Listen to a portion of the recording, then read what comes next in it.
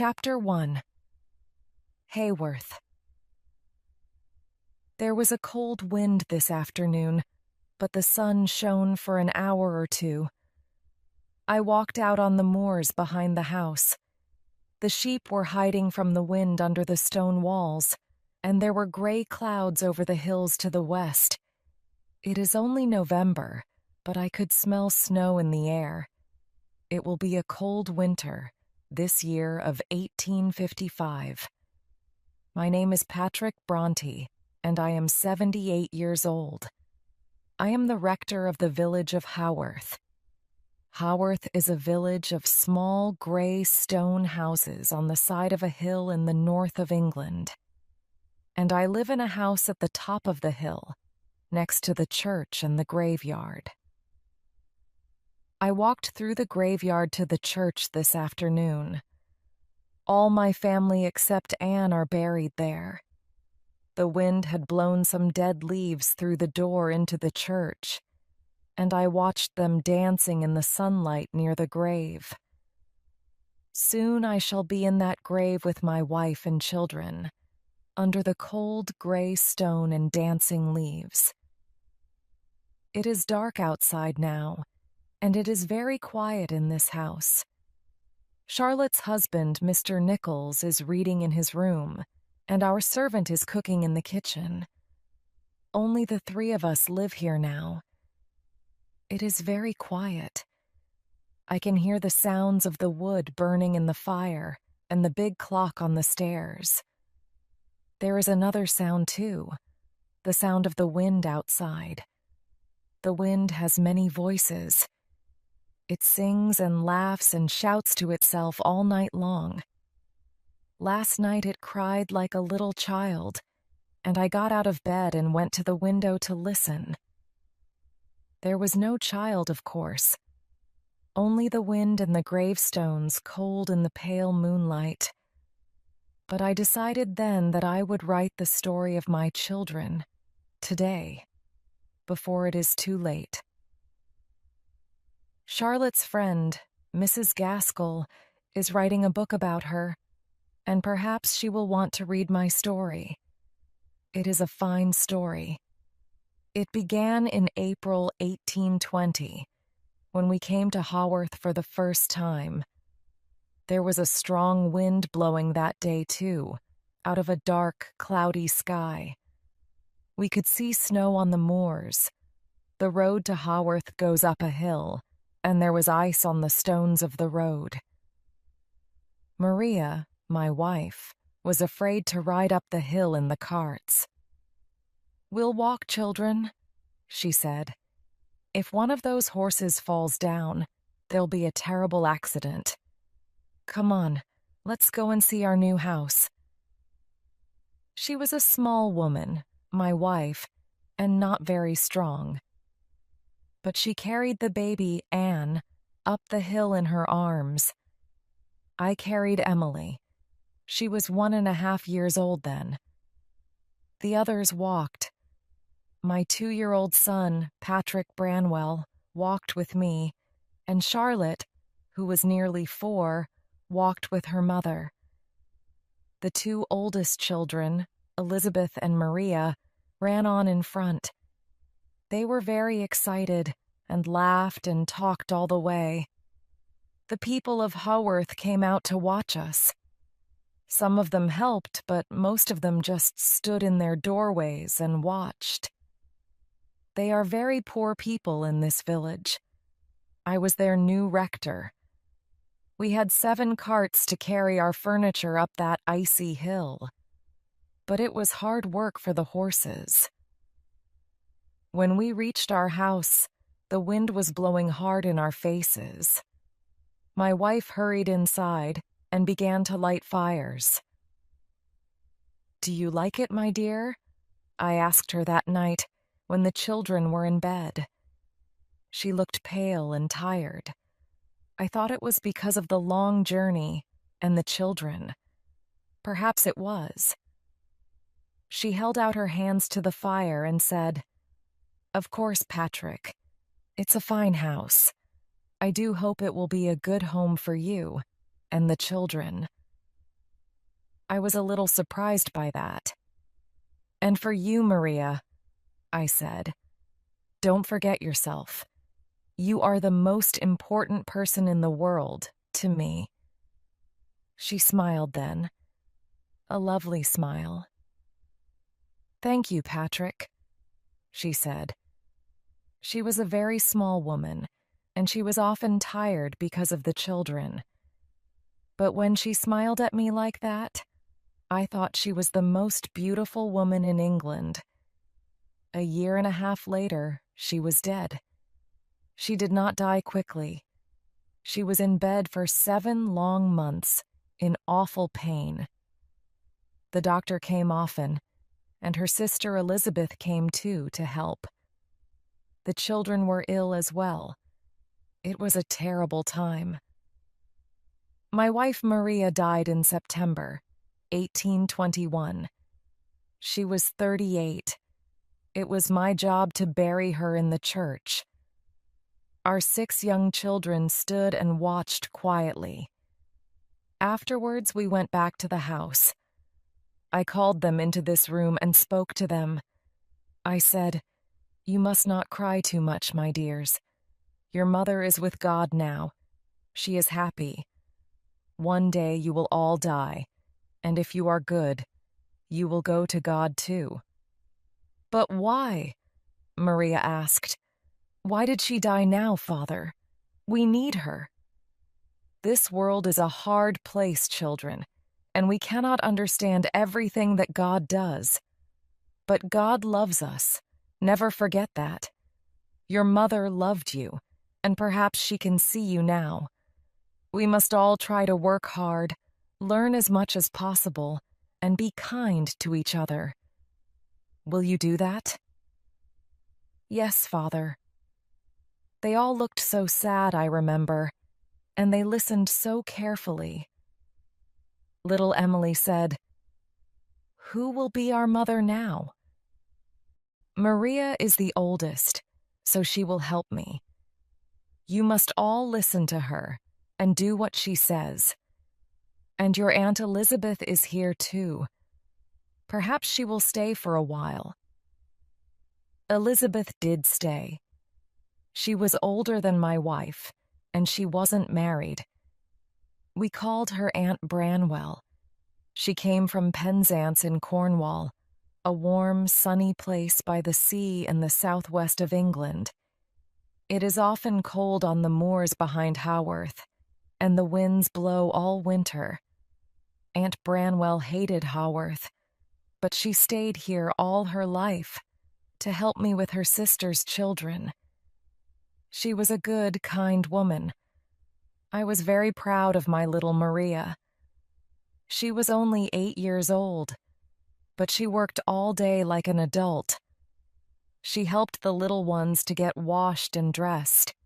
She helped them to play and draw and read. She was like a little mother to them. She could read very well herself. We always had books and newspapers in the house, and I talked to the children about them every day. I talked to them about adult things, the Duke of Wellington, and the important things that he was doing in London. The children listened carefully and tried hard to understand. Maria often read to the others from the newspaper and asked me questions about it. She understood it better than most men. I was sure my children were very clever. But I did not have room to talk to them all day. I had my work to do. So, in 1824, I sent them to school. Chapter 2, Cowan Bridge School. I was born in a small house in Ireland. There were only 2 rooms in our house, and I had 9 brothers and sisters. My parents were very poor. We had no money and only a small farm. But we did have a church near us, and that church had a school. That school gave me my one chance of success. I worked very hard there, and when I was 16, I became a teacher. Then I went to St. John's College, Cambridge, to study some more. I became a curate. When I married, I was able to get a good job and a house for my family. I got all that because I worked so hard at school. I wanted my children to go to the best school that I could find. Cowan Bridge School was a school for the daughters of churchmen. It belonged to a churchman, Mr. Wilson. He was a good man, I thought. I liked the school, and it was not too expensive. So, in July 1824, I took Maria and Elizabeth there. In September, I took Charlotte, and in November, Emily as well. Emily was just 6 then, and Charlotte was 8. I remember how quiet the house was that autumn. In the evenings, I taught my son, Branwell, and my wife's sister looked after the youngest child, Anne. I often thought about the girls. My eldest, Maria, was a good, clever girl. I thought she must be the best pupil in the school. I waited for her letters and wondered what new things she was learning. She did tell me some things in her letters, but not enough. She told me she liked the schoolwork, and I was pleased. But she did not tell me about the food, or the cold, or the unkind teachers. Charlotte told me those things much later. I know Maria did not tell me that the food was often burnt and uneatable, or that they could not sleep because the beds were too cold. She did not tell me that the poor, hungry children had to wash with ice in the morning and walk through wet snow to sit for 2 hours with icy feet in a cold church on Sundays. She did not tell me that many of the children at the school were ill. You didn't tell me that, did you, Maria? Did you? Or did you try to write something and stop because you were afraid of the teachers? You were a good, brave child, and I was so proud of you. So pleased because you were at school. I wanted you to learn everything. I didn't want you to be poor like my sisters. God help me, I thought you were happy at Cowan Bridge School. There were no Christmas holidays at the school, and it was too difficult to travel over the cold, windy hills to visit my little girls. So I sat at home here in Haworth, with Aunt Branwell, my son, and the little girl, Anne.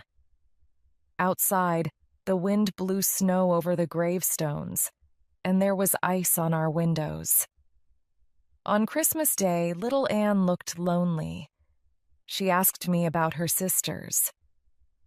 "Don't worry, my dear," I said. "They are happy with the other girls at school. You shall go to Cowan Bridge, too, when you are older." I remember how strangely she looked at me then.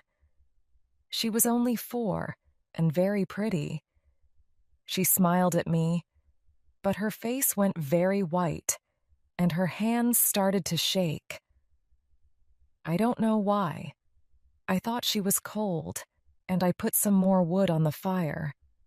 Then Aunt Branwell read her a story from the Bible, and I forgot about it. In February, a letter came. It was in an adult's handwriting, not Maria's. "Dear Mr. Bronte," it said, "I am afraid I have some bad news for you. Many children in the school have been ill, and your daughter Maria—" My hand began to shake badly, and I dropped the letter on the floor. As I picked it up, I could see only one word: dead. If your daughter Maria does not come home soon, she will be dead. I went over the hills to bring her back. My Maria was in a small bed in a cold room upstairs, coughing badly. Elizabeth and Charlotte and Emily stood beside her, waiting for me. They looked so sad and ill and frightened. I remember the big eyes in their small white faces. but I did not bring them home then. The school doctor said it was not necessary. So I took Maria home across the cold, windy moors to Haworth. I sat beside her in the coach and held her hand all the way. I remember how cold her hand was in mine. Thin, cold fingers that did not move at all. It was too late to save her. She lay in bed upstairs for nearly 3 months, but she was too ill to eat. Her poor face was white, I remember, and it seemed thin and small like a dead child's. Only her eyes looked alive, big dark eyes in a thin white face. "Don't cry, Father," she said to me once. "I shall be with Mother soon, you know, and with God." I buried Maria beside her mother, and a month later I buried Elizabeth there too. She became ill at school, and a woman from the school brought her home. I brought Charlotte and Emily home 2 weeks later. They were here when Elizabeth died. Her body lay all night in a wooden box on the table, and her little sisters and brother kissed her before she was buried. I had wanted so much for these 2 girls, and now I had nothing. I stood in the church and looked at the summer flowers I had put on their grave. I remembered how my wife had held the girls in her arms, and how she had smiled at me when we looked at them. "They have come back to you now, Maria," I said. "I am sorry. I am so sorry, my love." Chapter 3. The little Hooks I had 4 children now: Charlotte, Branwell, Emily, and Anne. I did not send them to school again for many years. God's ways are hard to understand, I thought. Perhaps God was not pleased with me. Perhaps he wanted Maria and Elizabeth for himself. I decided to keep the others at home. Aunt Branwell could teach them, and I could help when I had time. They were clever children, quick at learning. They loved to write and draw and paint, and they talked all day long. And thank God, they were not ill. In the afternoons, my servant Tabby took them for long walks on the moors behind the house. They walked for miles on the hilltops in the strong, clean wind, alone with the birds and the sheep. I think it was good for them. They grew stronger, and there was a bright light in their eyes. I was not the only sad father in Haworth. Many, many children died, and I had to bury them all. The water in Haworth was bad. So many children died from illness, and many more died from accidents. I saw 100 children die from fire. In my house, I was always very careful. I had no curtains, no carpets, because I was afraid of fire. My children never wore cotton clothes because they burn so easily. One day in 1826, I brought a box of toy soldiers home from Leeds. Next morning, the children began to play games with them. "This one is mine," Charlotte said. "He's the Duke of Wellington." "And this is mine," said Branwell. "He's Napoleon Bonaparte." The children liked the wooden soldiers and began to tell a story about them. It was a very exciting story, I remember. They read it to me and Aunt Branwell and Tabby, our servant. The next day they invented another story, and then another. And then for several days the children were very quiet, and I wondered what they were doing. I went upstairs and opened their bedroom door. Inside, they were all busily writing or drawing on small pieces of paper. The wooden soldiers were in the middle of the room in front of them. "What are you doing?" I asked. Emily looked up. "Oh, Father, please go away," she said. "We're writing our secret books." I suppose I looked sad. "What? Can't I see them?" I asked. They all thought for a minute. Then Charlotte said very seriously, "You can see some of them, of course, Papa, but they aren't easy to read, because it's very small writing. We'll show them to you when we are ready." These toy soldiers opened a new world for my children.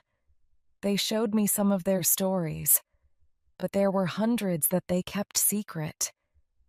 They all began writing so young. Charlotte, the oldest, was only 10, and Emily was 8. I don't think they ever stopped. Mr. Nichols has all Charlotte's little books now, in a cupboard in his room. Some of them are no more than 5 or 6 centimeters high. They are beautifully made and full of small pictures and tiny writing. There is one on my desk now, but I can't read it. My eyes are too bad. Charlotte and Branwell wrote about a country called Angria, while Emily and Anne wrote about a land called Gondal. The people in those countries fought battles and fell in love, and wrote letters and poems. My children wrote these poems and letters, and they wrote books about Angria and Gondal. They drew maps of the countries, wrote newspapers about them, and drew pictures of the towns and people in their stories. They invented a new world for themselves. They wrote many of these stories when I was in bed. I used to read to the family and pray with them in the evening. And then I usually went to bed at 9 o'clock. One night I remember I woke up and came down again at 10. There was a noise in my room, this room where I am writing now. I opened the door and saw Charlotte and Branwell with a candle, looking at a picture on my wall. "What are you doing here?" I asked. "We're looking at the picture, Papa," Branwell said. "It's the Duke of Zamorna and the Duke of Northumberland fighting in Glasstown." I looked at the picture. It's here now behind me. It's a picture of a story in the Bible, with a town, mountains, and hundreds of people in it. "What do you mean?" I asked. "It's one of our stories, Papa," Charlotte said. "We have to come in here to look at the picture. Then we invent what happens." "Tell me then," I said. They both looked very excited. Their faces were pink, and their eyes were bright in the candlelight. But they looked happy too. I put my candle on the table and sat down here, where I am sitting now, to listen to their story. It was a wonderful story. Charlotte's wooden soldier, the Duke of Wellington, had had a son, Arthur, Duke of Zamorna. Branwell's toy soldier, Bonaparte, had become the strong, bad, good-looking Duke of Northumberland. The two dukes were fighting a terrible battle in a city called Glasstown.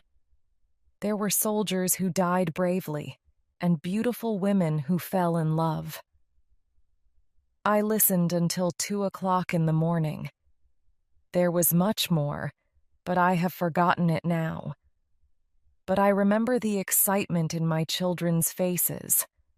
Sometimes I thought they could actually see these people as they talked. Next day they said no more about it, and I did not ask. It was their own secret world, and they did not let me into it again. But I was pleased they had told me about it once, and sometimes they showed me drawings of places in Angria or Gondal. All my children could draw and paint beautifully.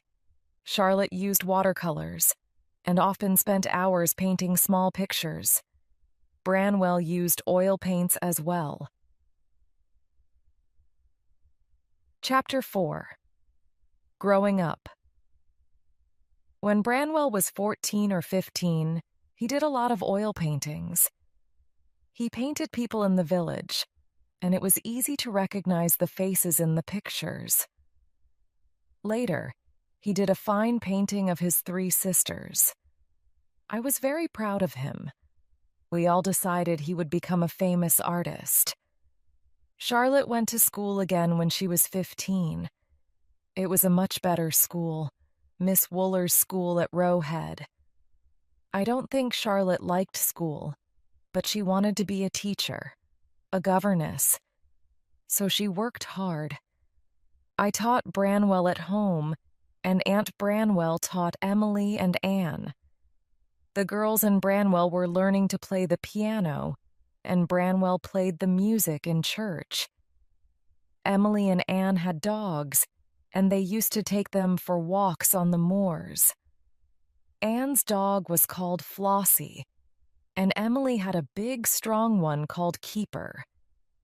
Keeper went everywhere with her. I think Emily loved that dog more than any person. Emily was sometimes a difficult child. She was very shy and did not often speak to anyone outside the family. When she was older, I sent her to school with Charlotte, but she hated it, so I brought her home and sent Anne instead. Branwell was not shy. He could talk to anyone for hours. Everyone in Haworth liked him. I remember the day in 1835 when Branwell went to London. He was 18 years old, and he was going to the Royal Academy in London to learn to be an artist.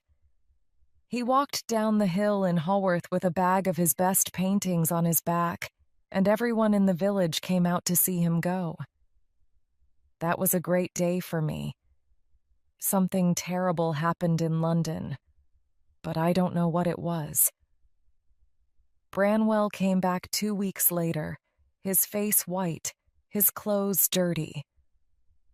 I don't know where he went or what happened in London. He refused to tell me. He just sat upstairs, alone in his room for hours. Later, I paid for a room in Bradford for him to work in. He could paint pictures of famous people there, I thought. It was easy work for him. But he couldn't do it. He spent all my money and came home again after a while. This was a sad time for me.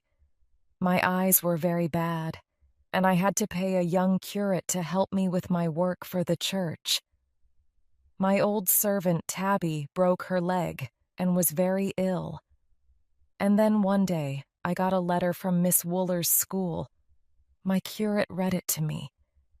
"Dear Mr. Bronte," the letter said, "I am afraid that your daughter Anne is very ill, and I don't think I ever moved so fast in all my life." 6 hours later, I was at Roe Head. The next day, Anne and Charlotte were home. Anne was still alive, thank God. A month later, she was well again.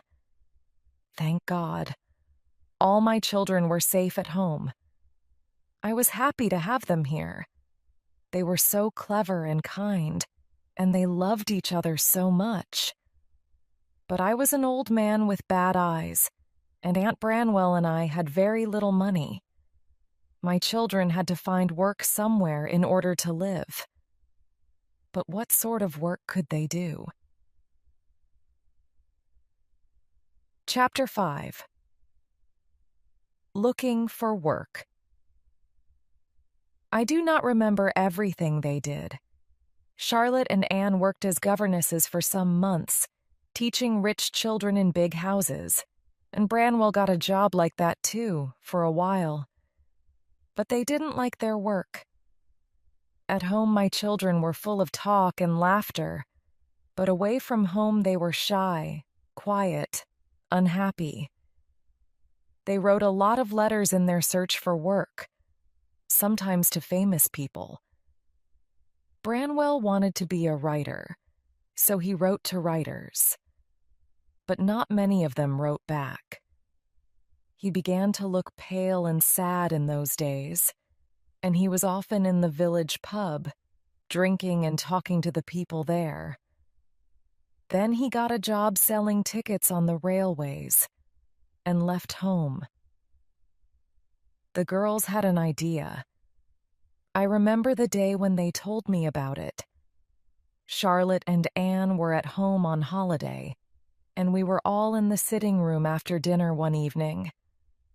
Anne was playing the piano and singing quietly to herself. She was the prettiest of the three girls, I suppose. She had long, wavy brown hair and a gentle, kind face. Emily sat on the floor beside her, stroking the ears of her dog, Keeper. Charlotte sat opposite me on the sofa, like a little child with a serious, thoughtful face. She was the smallest. Her feet were no bigger than my hands. She looked at me carefully. "Papa," she said, "we want to start a school." "Really, my dear? Where?" "Here." "But Charlotte, my dear, we have no room.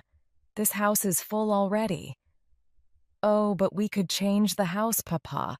We could build a schoolroom." "Well, yes, I suppose so," I said. "But why do you want to do this? Isn't it better to work as governesses in some big, fine house?" "Oh, no, Papa." All three girls spoke at once. Anne had stopped playing, and Emily looked very angry and frightening.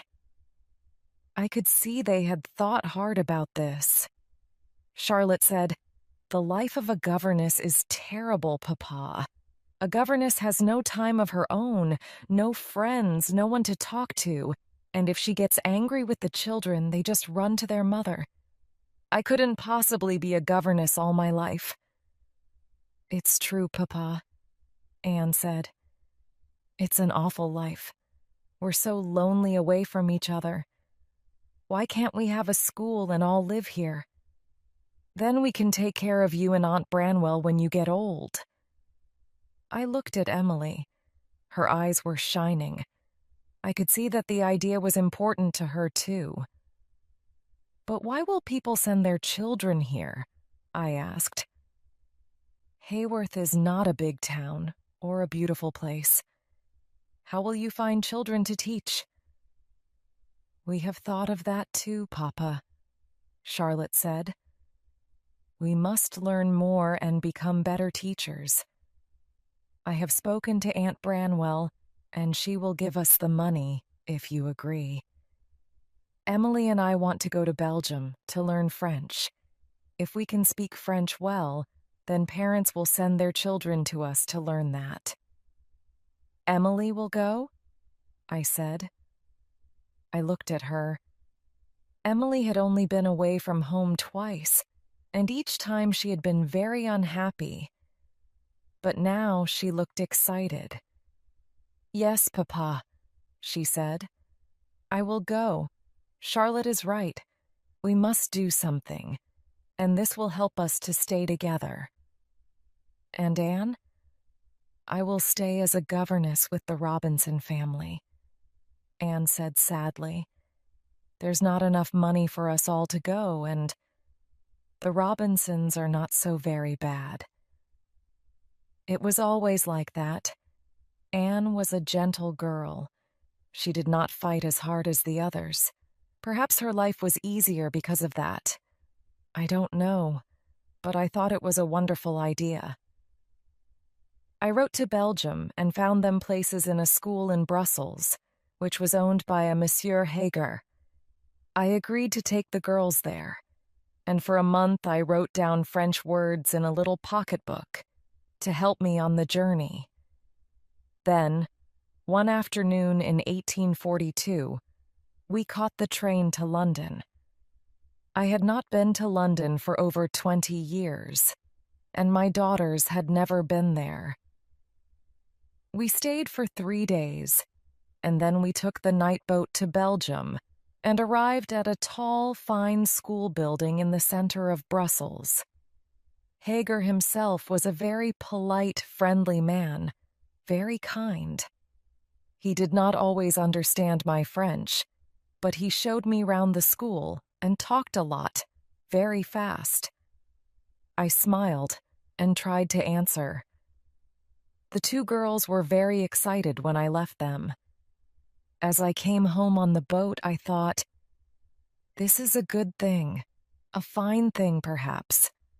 My daughters will start a good school, and Haworth will become famous. I hope Branwell can make a success of his life too. Then my wife Maria will be pleased with us all.